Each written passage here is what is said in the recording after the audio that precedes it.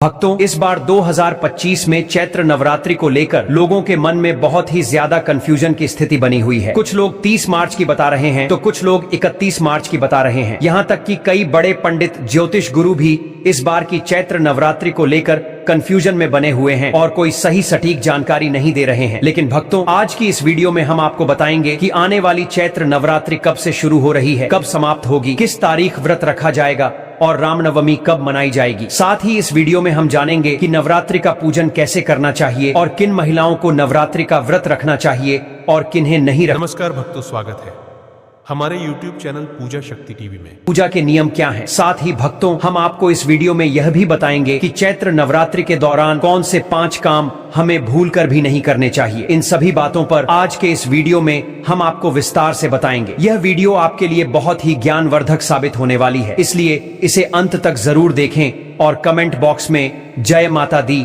अवश्य लिख दें। चैत्र नवरात्रि पावन पर्व फाल्गुन मास के समाप्त होते ही शुरू हो जाता है। होलिका दहन के बाद चैत्र मास का आरंभ होता है और इसी के साथ हिंदू नववर्ष भी शुरू होता है। हिंदू पंचांग के अनुसार चैत्र नवरात्रि बहुत महत्वपूर्ण होती है, क्योंकि इसी समय देवी दुर्गा के 9 रूपों की पूजा की जाती है। घट स्थापना और कलश स्थापना किस दिन और किस शुभ मुहूर्त में करनी चाहिए, अखंड ज्योत जलाने का सही तरीका क्या है, पूजा विधि और मंत्र कौन कौन से हैं, इन सभी महत्वपूर्ण विषयों पर इस वीडियो में जानकारी दी जाएगी। इसीलिए आप वीडियो को पूरा ही देखें, आधा अधूरा ना देखें। कई लोग होते हैं जो वीडियो को बीच बीच से देखते हैं, काट काट कर देखते हैं, और फिर ऐसे व्यक्ति को जीवन में कभी सफलता हासिल भी नहीं हो सकती। इसलिए वीडियो को आधा अधूरा छोड़कर ना जाएं, आप वीडियो को पूरा ही देखा करें। भक्तों, चैत्र नवरात्रि में माता रानी की आराधना करने से सभी दुख और संकट समाप्त हो जाते हैं। कुछ लोग पूरे 9 दिन व्रत रखते हैं, जबकि कुछ पहले और आखिरी दिन उपवास रखते हैं। हर किसी की अपनी अलग अलग मान्यताएं होती हैं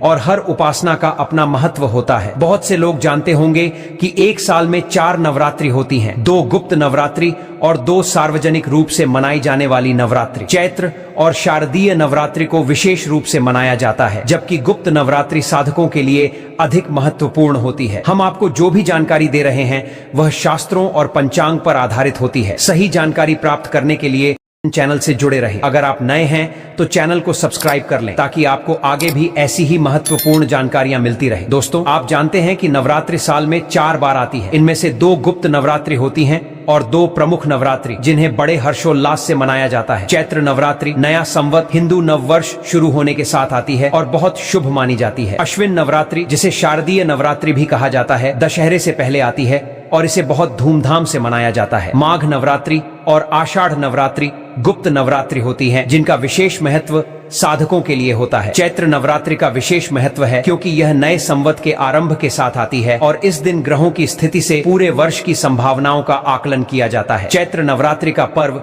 हर साल श्रद्धा और जोश के साथ मनाया जाता है, लेकिन इस साल इस पर्व में कुछ खास बात है जो इसे और भी विशेष बना रही है। इस बार माँ दुर्गा अपनी सवारी के रूप में हाथी पर सवार होकर आ रही हैं। हिंदू धर्म में देवी दुर्गा की सवारी का बहुत महत्व होता है और जब वह हाथी पर सवार होकर आती हैं, तो इसे एक खास शुभ संकेत माना जाता है। हाथी को भारतीय संस्कृति में शांति, समृद्धि और यादों का प्रतीक माना जाता है। इसे भगवान गणेश की सवारी भी माना जाता है और अब जब माँ दुर्गा हाथी पर सवार हो रही हैं, तो यह समय और भी अधिक महत्व रखता है। इसका मतलब है कि आने वाला समय देश में शांति और समृद्धि का प्रतीक होगा। यह संकेत है कि हमें इस समय अपने जीवन में शांति, सकारात्मकता और समृद्धि की दिशा में कदम बढ़ाने चाहिए। चैत्र नवरात्रि हिंदू धर्म का एक महत्वपूर्ण पर्व है जो हर साल खास तौर पर माँ दुर्गा की पूजा और व्रत के लिए मनाया जाता है। इस साल चैत्र नवरात्रि का आरंभ 30 मार्च 2025 रविवार को हो रहा है और यह 6 अप्रैल 2025 रविवार तक चलेगा। हालांकि इस बार अष्टमी और नवमी एक ही दिन पड़ रहे हैं, इसलिए चैत्र नवरात्रि 8 दिन की होगी। इस वीडियो में हम आपको नवरात्रि पूजा विधि, कलश स्थापना मुहूर्त और अन्य महत्वपूर्ण जानकारी प्रदान करेंगे, ताकि आप इस पर्व को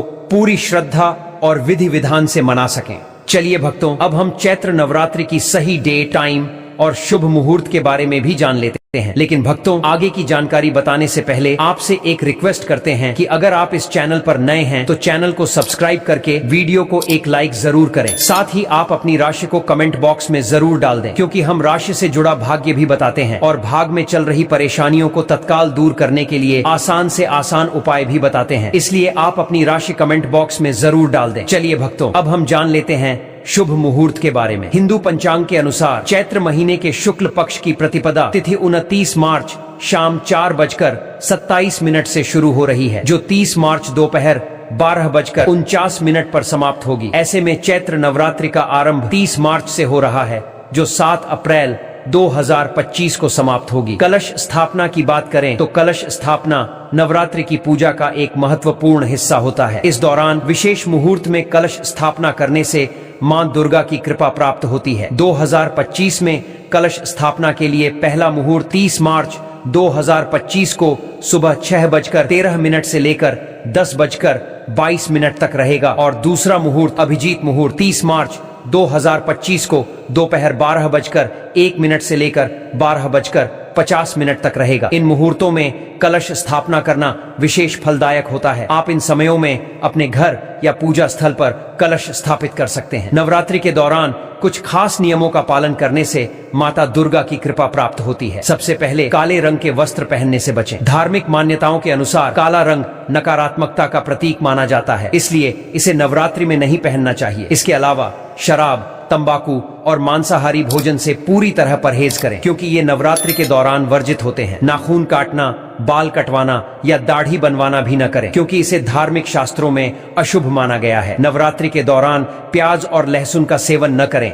बल्कि सात्विक भोजन ग्रहण करें। साथ ही ब्रह्मचर्य का पालन करें और हर दिन देवी दुर्गा के अलग अलग स्वरूपों की पूजा करें। दुर्गा सप्तशती का पाठ भी करें। इन नियमों का पालन करने से न केवल व्रत का फल शुभ होता है, बल्कि घर में सुख, समृद्धि और शांति बनी रहती है। अगर आप ये नियम सही तरीके से पालन करते हैं तो नवरात्रि का व्रत आपके लिए बेहद फलदायी होगा और माता दुर्गा की विशेष कृपा आप पर बनी रहेगी। चलिए भक्तों, अब हम कलश स्थापना की विधि के बारे में आपको जानकारी दे देते हैं, ताकि आप कलश स्थापना की प्रक्रिया को जान सकें। नवरात्रि के पहले दिन सबसे पहले देवी देवताओं का आह्वान करें। इसके बाद एक मिट्टी के बड़े पात्र में मिट्टी भरें और उसमें ज्वारे के बीज डालें। अब थोड़ा सा पानी छिड़क कर मिट्टी को नम करें, ताकि बीज अच्छे से उग सके। इसके बाद एक गंगा जल से भरा हुआ कलश लें और उसमें सुपारी, दूर्वा घास, अक्षत और सिक्का डालें। फिर कलश के ऊपर मौली बांधें। अब कलश के किनारों पर आम के 5 पत्ते रखें और उसके बाद कलश को ढक्कन से ढक दें। अब एक नारियल लें और उसे लाल कपड़े या चुनरी से लपेटें। नारियल पर भी मौली बांधें। पूरी विधि के लिए सबसे पहले भूमि को अच्छी तरह से साफ कर लें। फिर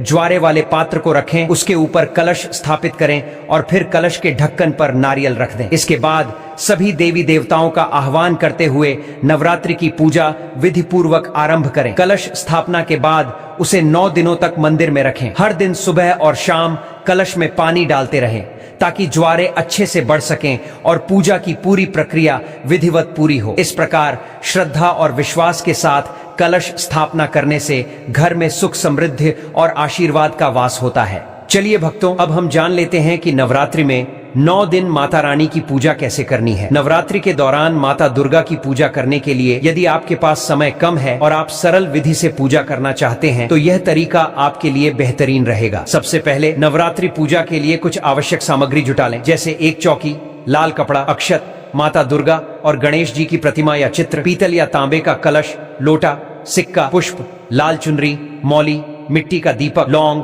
इलायची, रतुफल, बताशे या मिश्री और कपूर। यह सारी सामग्री नवरात्रि से कुछ दिन पहले ही एकत्रित कर लें। पूजा के पहले दिन प्रातः उठकर स्नान आदि से निवृत्त हो जाएं और स्वच्छ वस्त्र पहनें। फिर पूजा स्थल पर चौकी रखें और उस पर लाल कपड़ा बिछाएं। इस पर अक्षत डालें और देवी दुर्गा जी की प्रतिमा या चित्र स्थापित करें। एक लोटे या कलश में शुद्ध जल भरें और उसमें एक सिक्का डालें। फिर उस पर चावल से भरी एक प्लेट रखें। इस कलश को माता की प्रतिमा के बाएं स्थान पर रखें। आपको इसे रोज पुनः स्थापित करने की आवश्यकता नहीं है। यह कलश 9 दिन तक वहीं रहेगा। इसके बाद अगर आपके पास गणेश जी की प्रतिमा है तो उसे भी स्थापित करें। यदि नहीं है तो सुपारी से भी गणेश जी की पूजा कर सकते हैं। अब गणेश जी और देवी दुर्गा जी पर पुष्प और शुद्ध जल अर्पित करें। अगर आप अखंड ज्योत नहीं जला पा रहे हैं तो एक घी का दीपक जला लें। दीपक जलाने के बाद गणेश जी, माता दुर्गा जी, कलश और दीपक को हल्दी कुमकुम से तिलक करें। इसके बाद माता को वस्त्र स्वरूप एक लाल चुनरी या लाल कपड़ा अर्पित करें और भोग स्वरूप बताशे, मिश्री